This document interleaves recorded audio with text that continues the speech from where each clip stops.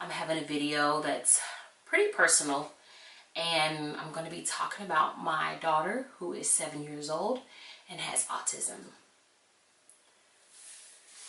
So this video today is really going to be about what my life was like once I found out that my 7-year-old daughter Khloe was diagnosed with autism. I'm just going to give you like a brief background of what the experience was for my family and for us. Khloe was diagnosed when she was 3. That was back in 2013, March of 2013. I kind of started noticing when we first moved to Atlanta in 2012, actually a little bit before then, when she kind of started having some behavioral changes. And it was really noticeable once she started daycare when she was about 15 months. Once we enrolled her in school, they did tell us like, okay, you know, she's missing, I think like a shot or so, and we had to take her to go get her shots, and got her shots, and she went to school. I noticed that she started kind of like crying a lot at night. She wasn't very social with the children that were at her school. She was okay with the kids that were in her class, but the ones that actually, when her teacher would leave and when she had to like change over classes, she didn't really, you could tell she didn't care to be in that class. She was really quiet and kind of stayed to herself, and it was very few people she would actually go to. And I'm just thinking as a mom that this is just something that's new for her and she has to get used to it. You know, it's nothing, no big deal, which is pretty common with a lot of children her age at the time. Fast forward, we moved to Atlanta, and like I said, her sleeping habits had kind of changed. She would just wake up crying and stuff. So we get to Atlanta.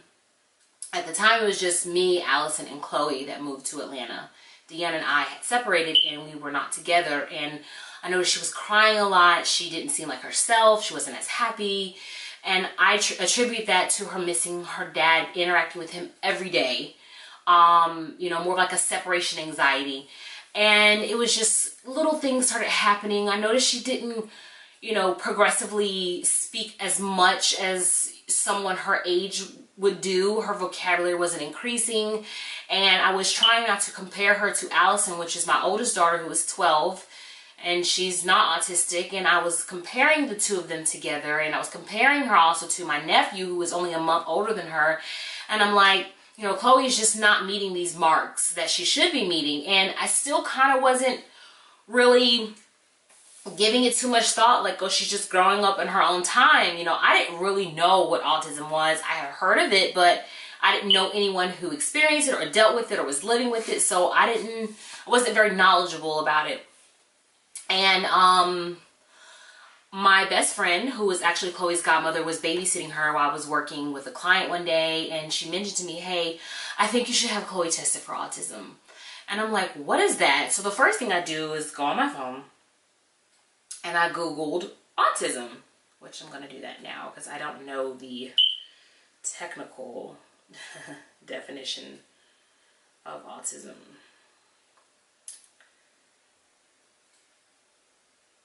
Okay. So autism is defined on Google as a serious developmental disorder that impairs the ability to communicate and interact. And that's pretty much what it is. So when I read that, and then I started looking up the symptoms, pretty much it affects, you know, her motor skills, fine motor skills, gross motor skills, her social interaction, her language, communicating. I was devastated, you know, to know that my child may not be able to communicate effectively with me. It hurt. It hurt a lot. And I remember my best friend telling me, like, you know, Khloe's gonna be fine. Don't panic. Don't worry. That was kind of like everyone's answer to everything, is Khloe's gonna be fine. Khloe's gonna be fine. But as a mother, you don't want to hear Khloe's going to be fine. You want to know that your child is going to be more than just fine. And so I immediately just started doing more research about it. And I was like, I have to get her to the doctor because she needs to get diagnosed so she can get treatment. Took her to the doctor, and her doctor at the time in Atlanta was like, I don't think she has autism. I just think that, you know, Khloe is just growing and developing a little slower maybe, but I don't think she has autism. And I was like, I don't know, something's just not right. And so she kind of went off of my gut as a mom, and she decided to set up the appointment. Now, the appointment was a year out. That would be the appointment just for her to be tested and see, and for them to actually physically diagnose her with autism. So within that year's time frame, there were other testing that we had to do. We had to do a sleep test because she was not sleeping well at night. She would wake up crying and screaming and wouldn't go back to sleep. And mind you, I was working a full-time job at the time. I was a pharmacy relations coordinator. I would have to be up at like 6 o'clock in the morning, like 5 o'clock, drop Allison off at school, go to work, come home. It was just a lot.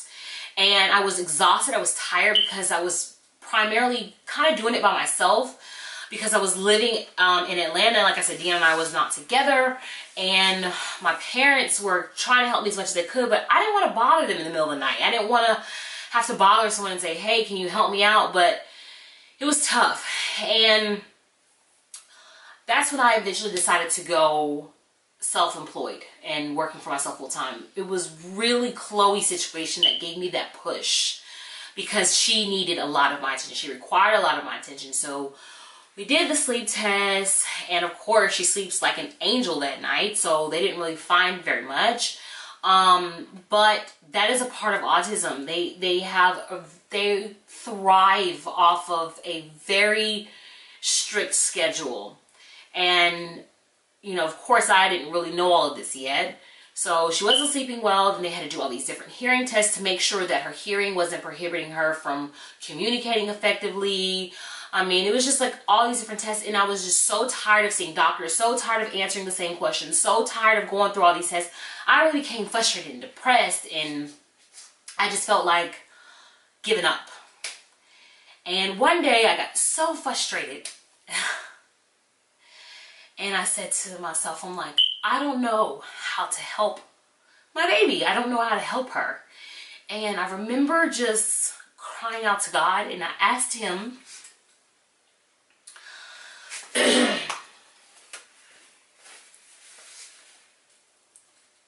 remember crying out to God and praying and asking God, how do I help my baby? You gave her to me, and I'm her mom, and I have to take care of her, and we don't know how to effectively communicate with each other. Khloe has always been verbal, but she wasn't verbal enough, you know, for her to just say, hey mom, I want this, hey mom, I want that. And so because she's trying to communicate in the best way she knows how, and I don't understand her, it'll be so much frustration between the both of us. You know, I'm trying to be patient, and she's trying to tell me, and she's frustrated. And those are where the meltdowns come in. Meltdowns come in from communication. It comes in from sensory issues. You know, their senses are extra heightened. I mean, it was just, when I fell on my knees and I prayed and I asked God, and, you know, he just simply told me to talk to her. Just talk to her. Just talk to her and treat her as though nothing's wrong with her. You know, and so many times in life,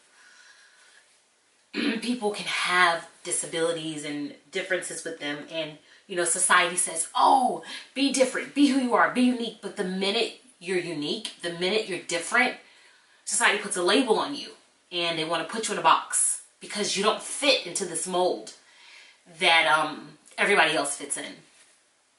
And I never really was afraid of what people would say or people would think, because I could care less. My biggest fear was her growing up and developing on her own, and how she would thrive on her own without me one day. So, fast forward, we get to the appointment. They do this 3-hour appointment, all these different, you know, tests, and I'm sitting there in the test, watching the test from like a double mirror kind of thing you have at like the police station, where I can see them but they couldn't see me. And I'm just like looking at her like, you know, she's so brilliant, she's so smart, and she's so bright. And I mean, she's like passing these tests as far as like, you know, with her intellectual ability, with flying colors. They'd like, you know, Khloe, stack this up, and she, I mean, it was like amazing. But when it comes to her social interaction and verbally telling you what she wanted, that's where her challenges were. So I remember going out, waiting in the waiting room. I was with my mom because Dion wasn't able to make that appointment. But before we had that appointment, they did like a preliminary appointment. I'm sorry, I feel like I'm all over the place. And he was that for that one. And that's just to say, for them to kind of observe her and say, okay, yeah, we think she does have autism, so we're going to go ahead with a full appointment. So, they called me back in the room, and my mom was out with her because by then she was frustrated. You know, she didn't know these people. She was only 3 years old. She was frustrated. She was tired from the test, and they had this. When I remember walking in the room, and the looks on their faces like they were going to tell me somebody had died. They just had this dark, gloomy look on their face, of so much sadness. And I sat down, and I remember thinking, I need your peace, Lord. I need your peace, and I need you to get me through this appointment.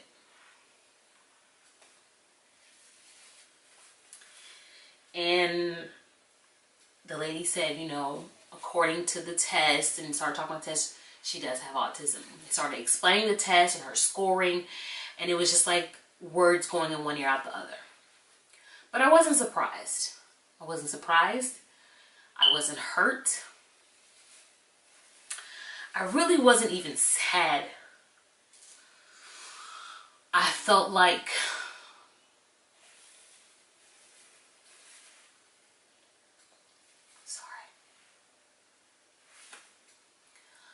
I felt like God said, it's time to fight. And it's time to push.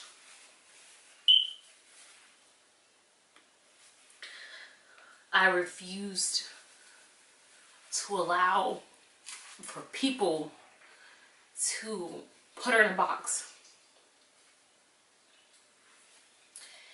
and make her feel like she couldn't do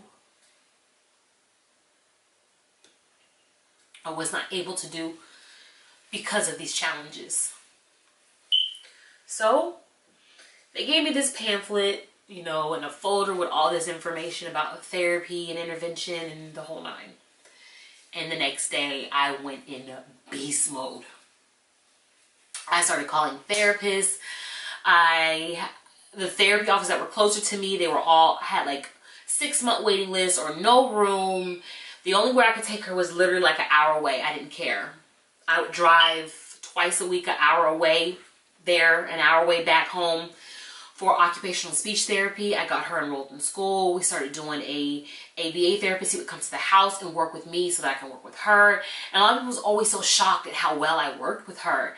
And they would say, you know, have you taken any other classes? And I would say, no. You know, I just asked God to help me help her.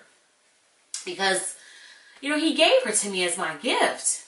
And every time you get a gift, it may not be a perfect gift, but it was perfect for me. It was what God wanted for me.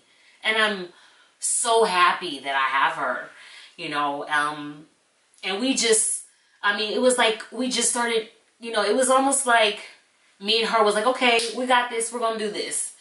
And we would go to therapy, and she had started school, and her teachers that she was with, you know, they were just so encouraging. They were so thorough, and we communicated so well. We decided to start letting her ride the bus to help that transition from school to home. I was terrified out of my mind, but she actually loves the bus. She did so well with that, and she still rides the bus. Bus drivers, you know, it was almost like a village. Teacher, therapist at school, therapist, private therapy, bus driver, mom, dad, his parents, him, me, friends. We were all in there, you know, with Khloe and supporting her and being there for her.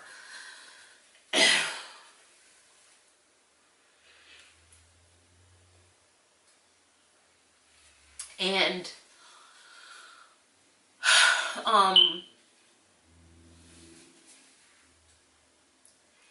you know, we ended up moving to Montgomery, and she had to start a new school, which was terrifying because I'm thinking, oh my God, she's going to have to start all over. She doesn't know anyone. You know, I don't know these people.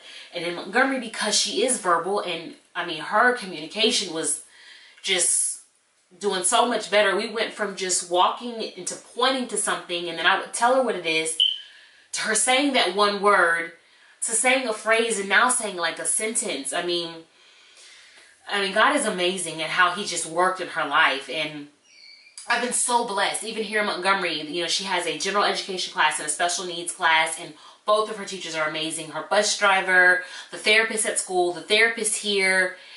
I have just been so blessed with a team of people who I feel like are really helping me help her. And the biggest thing, and I think the greatest thing that I've ever done for Khloe, is just treat her like Khloe. Not treat her like Khloe with autism. And just love her and care for her. And it has just caused her to just, you know, really blossom. And she is growing in her own time. And she is, you know, breaking barriers. And I mean, the girl has A's and B's in school. She's an amazing kid. And I'm just so grateful to God for her. And she's taught me so much about life and being patient and having faith and being strong. And not letting anyone tell you no.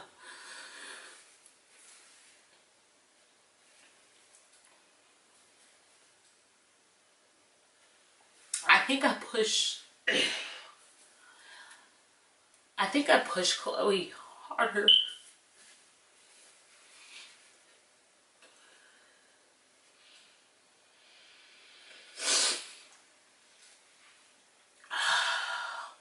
I think I push Khloe harder than I push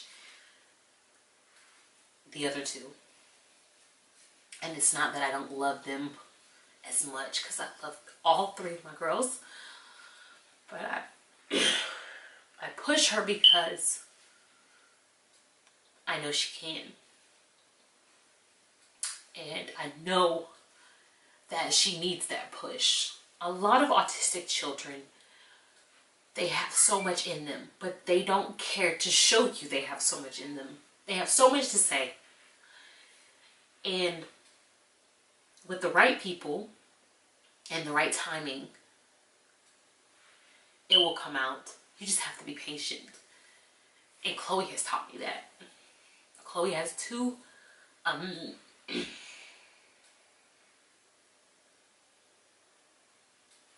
amazing sisters. A younger sister and an older sister. And I say that they're there for a reason. The oldest is there to show her the way. And the youngest is there to give her that push. So one in front leading and the one in the back giving her a push. That's why she's the middle child. And I'm so grateful for everyone who has done so much to contribute to her life in the process that we're going through. Khloe is in the 1st grade. She's doing really well. She takes piano lessons. She's doing amazing in her piano classes. We are really big autism advocates. We do the annual autism walk every year. We try to do it every year. We have missed like 1 or 2 years. It's Team Khloe. We actually have a fundraiser going on now that for her team, that the money goes to Autism Speaks. And you know, there's things that she does that is like, okay, this is just Khloe. You know, every autistic child is not the same. They're all different. That's why it's a spectrum. You know, some are on the higher end, some are on the lower end. But there's things that they will do, and it's not like, oh, it's because they're autistic. It's just because they're a kid. And you know, there's things that she does that I laugh at that I can see in Allison, and things that she doesn't I can see in Ava, and you know, or myself that I used to do when I was younger. So this is Khloe. And Khloe? Wanna go to the car? You want to go to the car? Where do you want to go to the car for? Can you sit with mommy really quick, please? Go to your room. You want to go to your room? Okay. Can you just wave to my camera and say, hi, everybody? Hi, everybody. Look at the camera right there. Wave your hand. Hi, Say, hi, everybody. Hi, everybody. Do you want to say something? That's zebra. Yeah, that's a zebra. Khloe is a huge animal lover. And a horsey. Yeah. You ready to go? You ready to go? Okay, give me a kiss. Go ahead. So if you notice when I was speaking to Khloe, she kind of was repeating what I was saying. And that's an indication of her saying yes. And with autistic children who do that, it's called echolalia, where they repeat what you're saying. She does, in fact, answer questions. If I say, Khloe, do you want to do this? She'll say no, or whatever. And there was a time where that wouldn't happen, where she would express to me what she wanted to go do.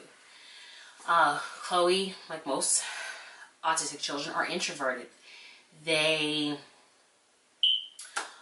like to kind of stay to themselves and the people that they're really comfortable with. Khloe's best friend is her cousin, her first cousin, my nephew. And I'm going to bring him on in another video with her, so you'll get to meet them and see how she interacts with him. I'm also going to take you guys to her therapy class. I'm going to take you with us to piano class. I'm going to try to go to her school. She has a field trip coming up, and she loves animals, and they're going to be horseback riding. So I'm going to bring you there, and I think I may vlog one day just so you're able to see what it's like at our home with her.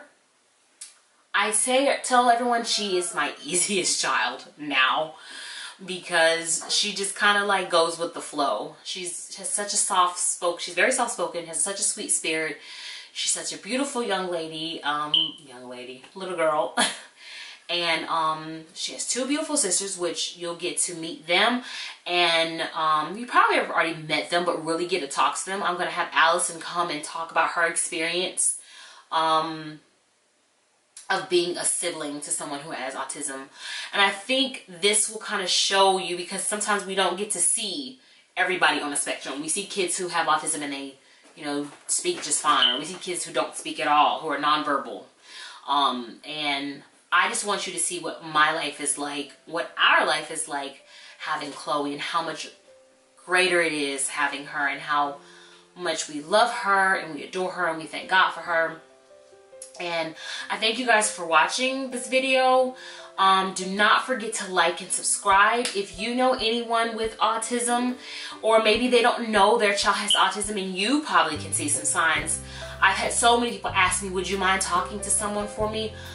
You know, that's a really sensitive subject to talk about, but I would just say pray for them. And if you know someone who you think they would be willing to talk to, you know, encourage them to talk to someone, even if they're not ready for intervention, even if they're not ready for the therapy, or even if they're not really ready to accept it. You know, if they want someone just to pray for them. But yeah, so I hope within the next few weeks you guys will get to see, you know, like I said, what it's like here in our house, being special needs parents and having a daughter who is on the spectrum.